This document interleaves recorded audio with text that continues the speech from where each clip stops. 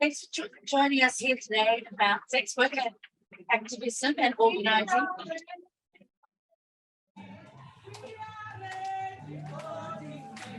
We are ready. We are ready for the cream. On now, Max, get set. We are ready for the cream. On now, Max, get set. We are ready for the cream. We are ready. We are ready for the cream. We are ready. We are ready for the cream. We are ready.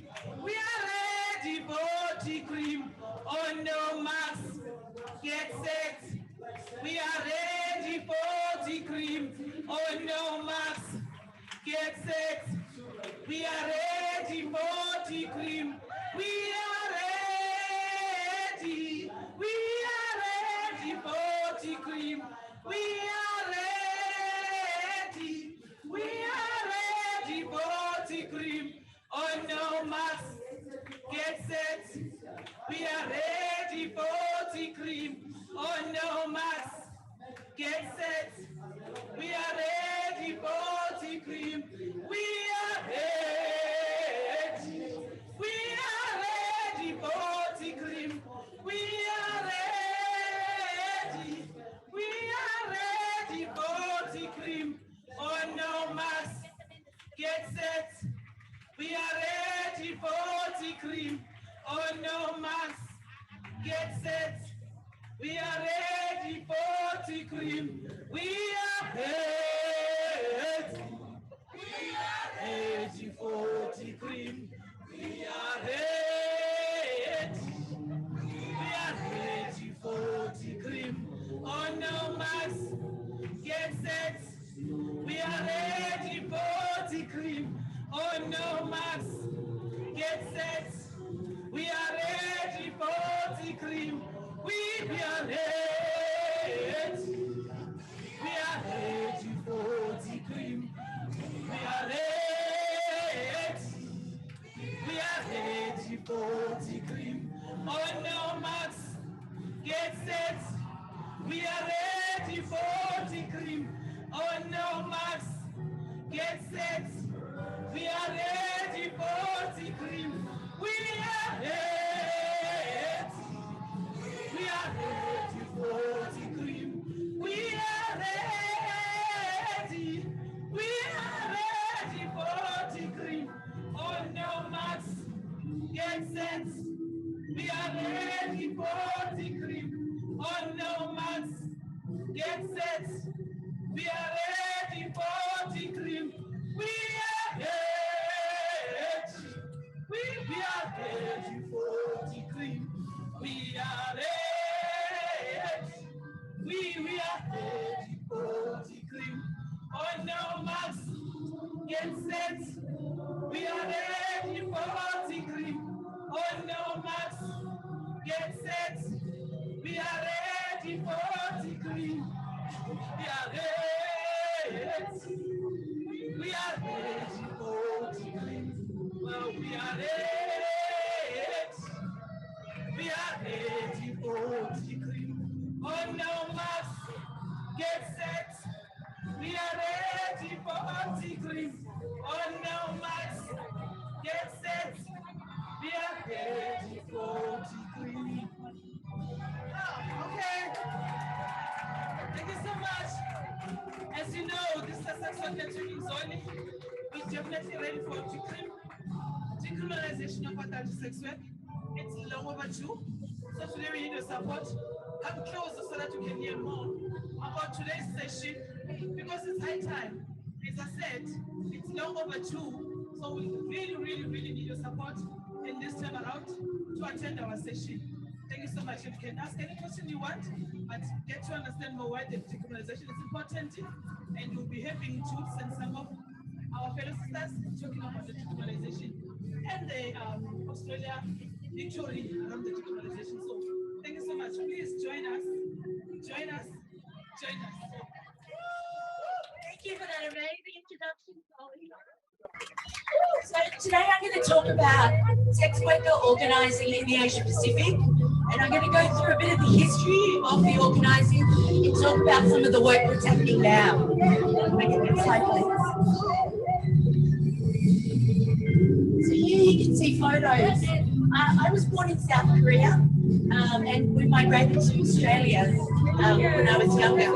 But as a Korean citizen, it doesn't matter whether I'm working in Australia where sex work is decriminalised. They still have laws, extraterritorial laws, which makes it illegal for a Korean to work anywhere in the world, regardless of what the legal framework is. In 2012, when criminalisation of sex work came in, South Korean sex workers protested the loss of their workplaces. And a lot of the times we hear about how sex workers, and in particular migrant sex workers, aren't interested in organising. But thousands of sex workers in Korea came and protested the violation of their rights. There's like just lots of photos.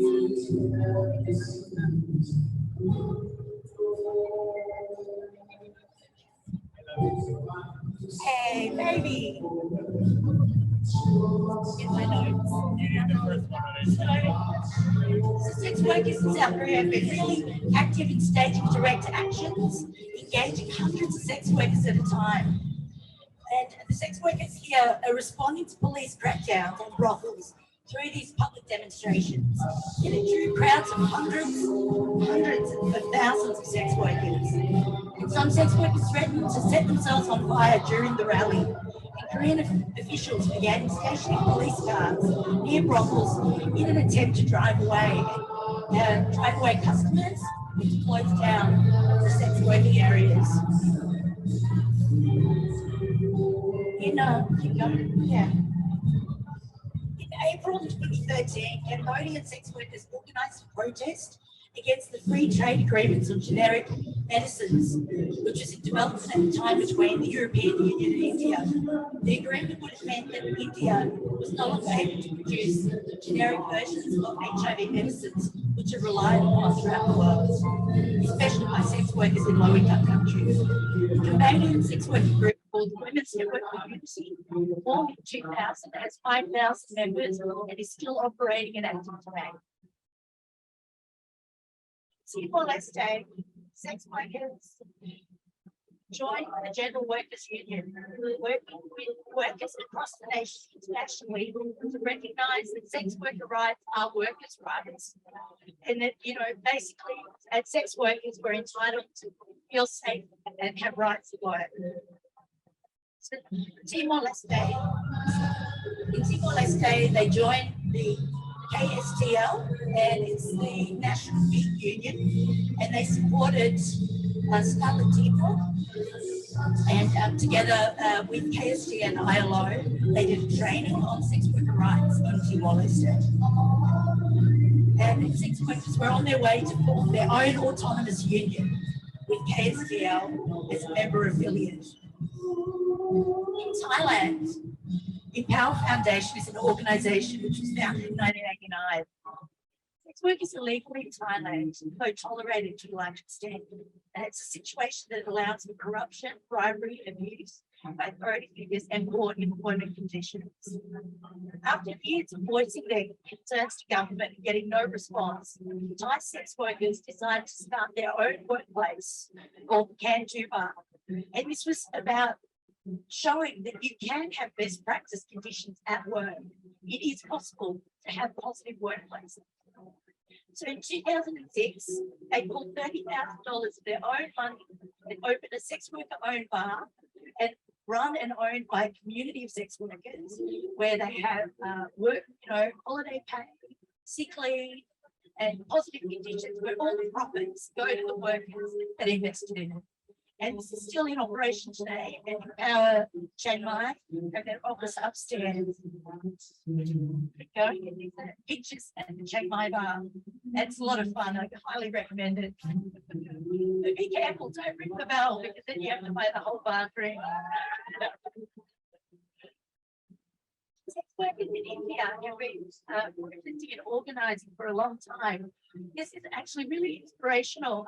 The Usha Foundation, after sex workers not being recognised in any official capacity, getting discriminated by banks, the Usha Collective started their own bank. So this is like Indian sex workers pooling their money and actually starting their own financial services because they were shut out from accessing financial services. And this bank is still in operation today, and it's an example. The Usha Multipurpose Cooperative Society started in 1994 and is still operating, just like the bank, keeps cash on hands, facilitates deposits and withdrawals for sex workers, loans, things like housing, school fees.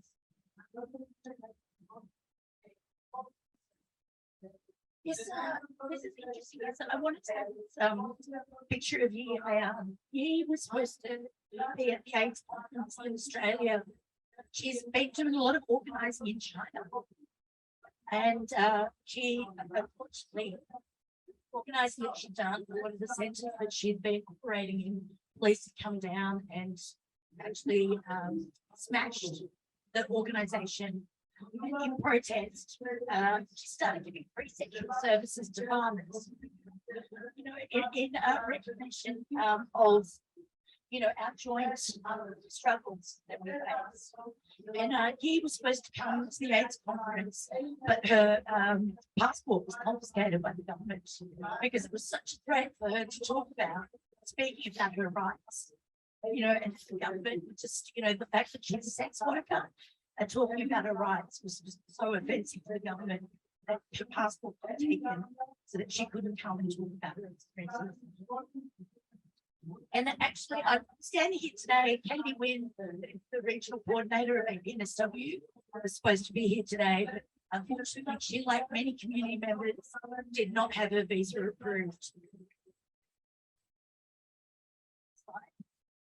This is Cosmos in Taiwan in 1999. After lots of agitating by Cosmos and allied labour groups, the Constitutional Court in Taiwan in 1999 declared the existing legislation against sex work unconstitutional. But Cosmos is also operating today, though unfortunately a lot of the areas where they're operating in have become gentrified. So a lot of the street sex working areas that are now unfortunately in the office where Cosmos is, has now been become too expensive for them to operate out on, unfortunately. In Port Moresby, we have Prince French Academy, an amazing organisation. Sex work is highly criminalised in PNG, yet 4 sex workers who were verbally abused on the streets decided to take support the discrimination because they do have anti-discrimination laws.